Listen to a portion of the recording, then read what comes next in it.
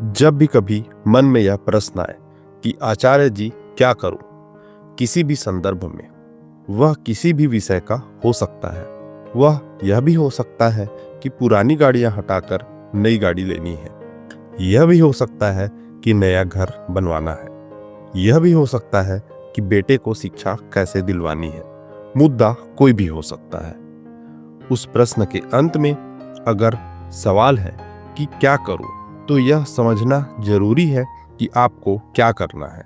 आपको जो कर रहे हैं उस पर गौर करना है, कुछ नया नहीं करना है। समझिए, देख सकते हैं जिसकी आंखों पर पट्टी बंधी हुई है वह कैसे चल रहा है, ठोकरे खाता हुआ किसी भी दिशा में आड़ा तिरछा चलता जा रहा है।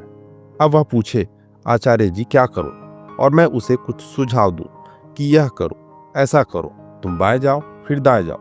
थोड़ी देर पहले तक वह खींचा जा रहा था, मान लीजिए वह जा रहा था, तो वह कैसे चल रहा था। खैर, अब मैं कह दूं बाएं जाओ, अगर वह बाएं जाएगा तो भी कैसे चलेगा।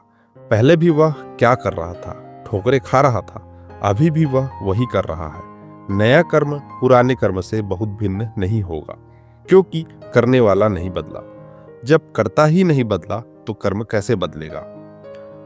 जब भी कहा जाए कि कोई समस्या है और प्रश्न है अब क्या करें, तो समझ लीजिए आपको कुछ नया नहीं करना है, क्योंकि आप नया कर ही नहीं सकते। अब लगेगा कि कुछ नया हो रहा है, लेकिन होगा नहीं। आपको क्या करना है, आपको रुक जाना है। आपको पूछना है कि अभी मैं क्या कर रहा हूँ।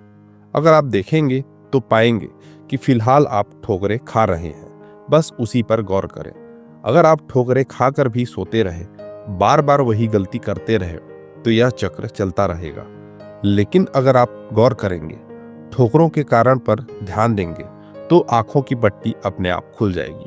जब पट्टी खुल जाएगी तो जो भी कर्म होगा वह वास्तव में नया और नवीन होगा, और यही वह कर्म होगा जिसमें ठोकरे खाना बंद हो जाएगा। लेकिन अगर पट्टी बांधे हुए आप पूछें कि अब क्या करें, और आपसे कहा जाए कि आगे चलो, पीछे चलो, दाएं जाओ, बाएं जाओ या जहां भी जाओ, तो आप ठोकर खाते ही रहेंगे। इसलिए जब भी प्रश्न आए क्या करें, तो लालच में मत पड़िए कि कोई नया उपाय मिल जाएगा।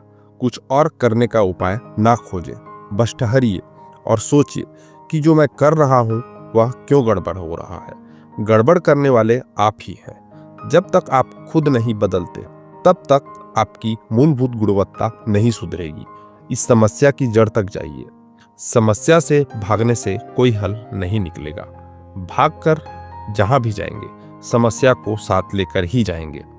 इसलिए यह मत पूछिए कि क्या करें, जो आप कर रहे हैं उसमें ठोकरें क्यों लग रही हैं। जब आप ठहर कर यह समझेंगे तो समस्या का हल भी अपने आप सामने आ जाएगा।